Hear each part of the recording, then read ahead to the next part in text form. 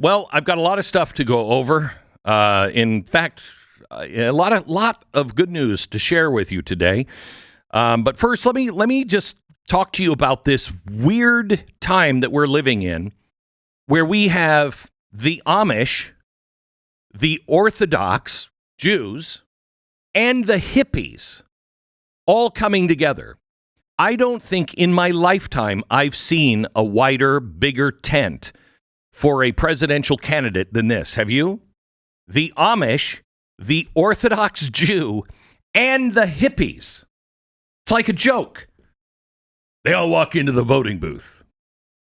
The Trump coalition has created the most interesting bedfellows. Honestly, this is the seed to bring us back together.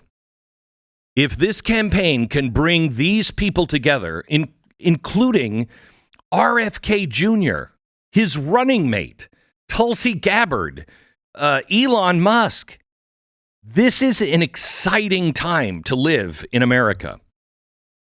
Standing in one line together, there's a linen pant-wearing, anti-big pharma, RFK-loving hippie type, an Orthodox rabbi, an Amish man who traveled there in a buggy with a horse. This may be the only time in history that I think these groups have come together before. Seriously.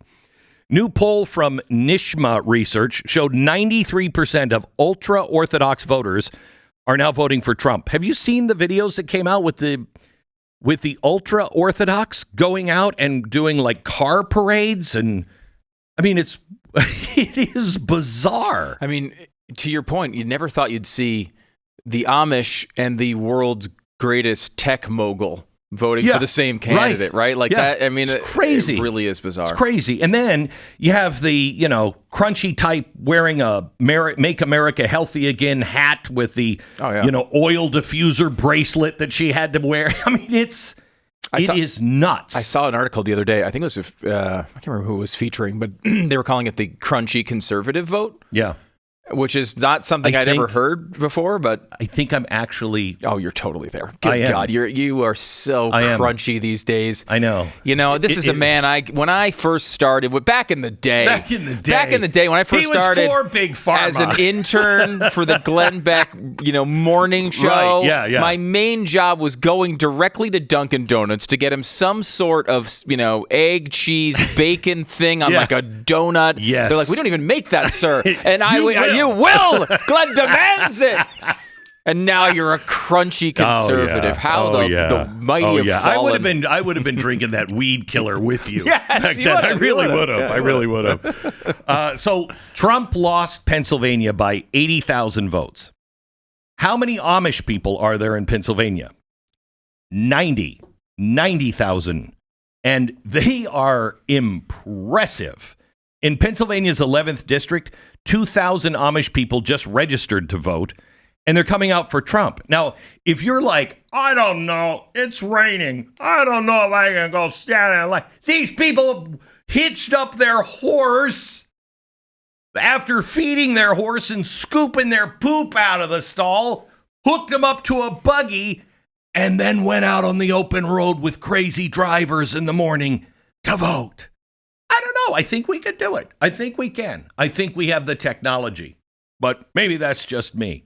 Listen to this. Nick Johnson on YouTube. He just interviewed an Amish man. Listen why they're turning out to vote. The Amish community is more energized. There's more people going to be out voting, more Amish out voting, most certainly. I can say a big part of Pennsylvania and the Amish community is no longer a farming community.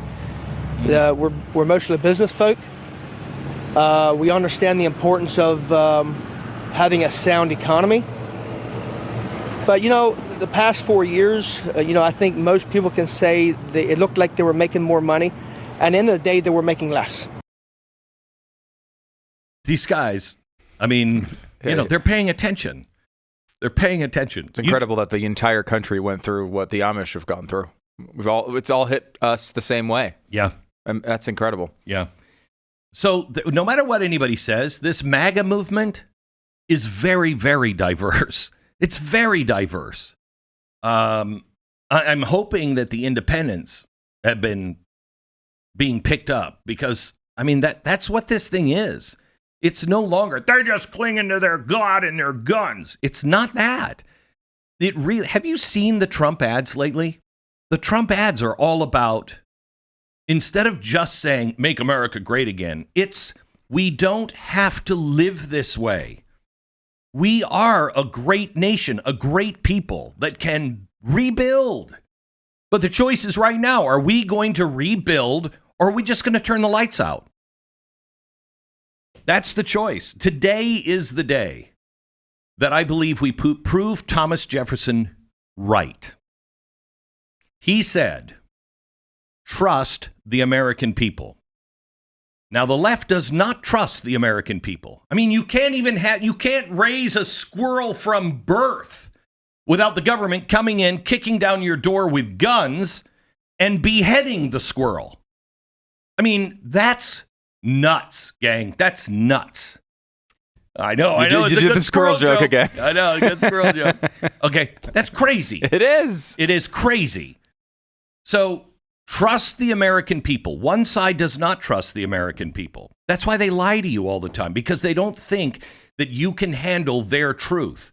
They don't think that you will agree with what they believe because they're the elite. You're the unwashed, uneducated. Thomas Jefferson said the opposite. Trust the American people. They will get it wrong from time to time. Even at great measure, they will get it wrong. But they will eventually figure it out and correct the mistake.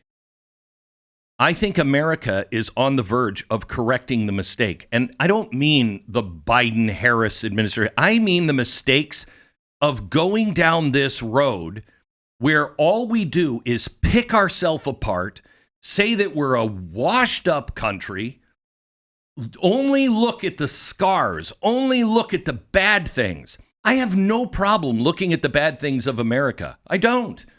I think it's healthy to do that. I think it's healthy to leave the scars. You don't go to a plastic surgeon. That's what they did by tearing down the statues. They went to a plastic surgeon and said, remove all the scars. No, leave them. That scar teaches us and future generations, don't do that. That'll leave a mark. Well, not if you erase all the marks. I feel very optimistic today.